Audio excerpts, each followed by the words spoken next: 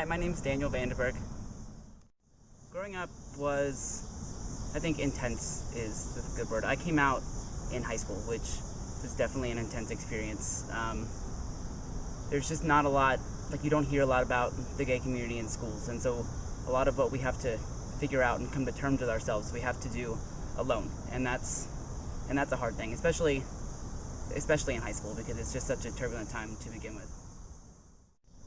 Hi, I'm Josh Olinger. Growing up as a gay teenager in Southwest Virginia, here in Roanoke, I grew up in the 2000s, as a teenager, and that was actually pretty difficult.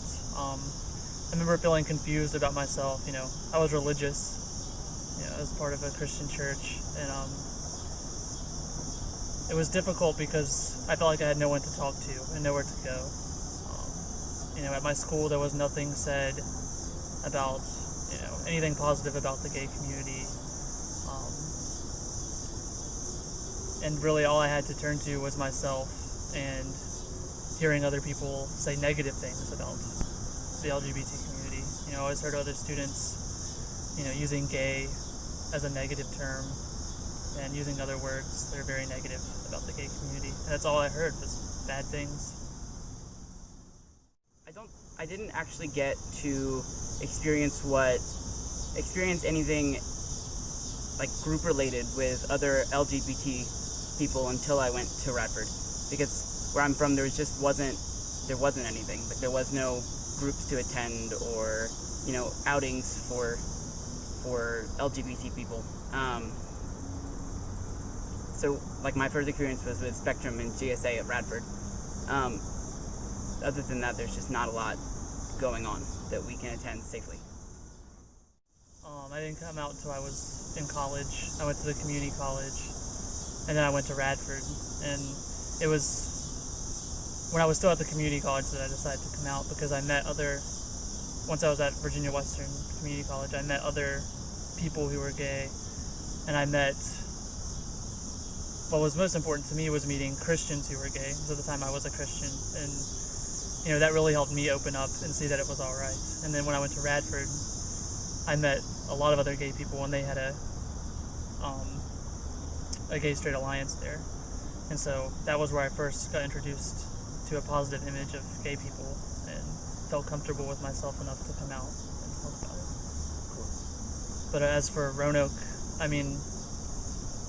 now I look back and I know a lot of people who were in my high school who were gay, but they weren't out of the closet either.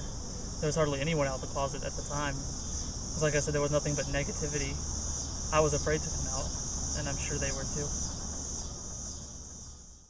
I like the Diversity Center opening has been great. It's just created a safe place for, for a safe place to go and, get information about activities and things that are going on in the community, but also just, any kind of questions that you have about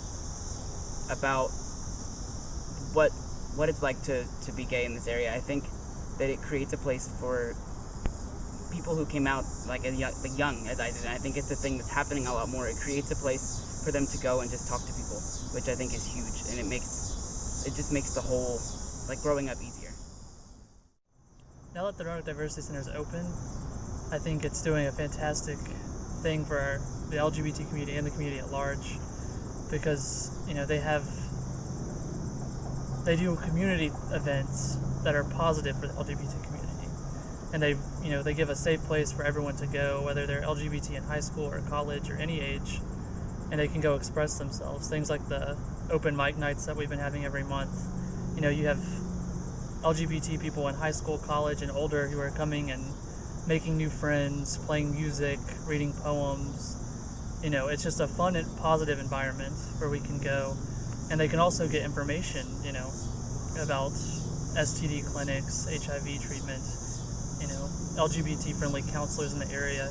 Everything, all of it's in one place, and it's been needed for a long time. I think what we need to do is, what the Diversity Center does for the LGBT community is keep us visible in a positive way. Because I think the biggest impact that we can have on the community is to be visible and just be a positive force for the community. Well, I think, the Diversity Center is a start. We've got the Diversity Center, and of course, we've got several LGBT-friendly churches.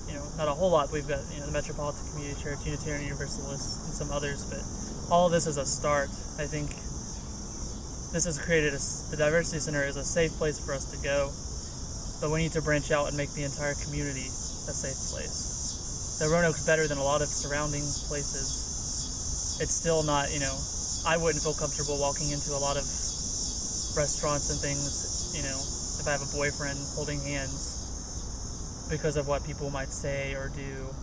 It's just an uncomfortable thing. Until we can make the Diversity Center, reach out and become a bigger part of the community, I think that's something we need.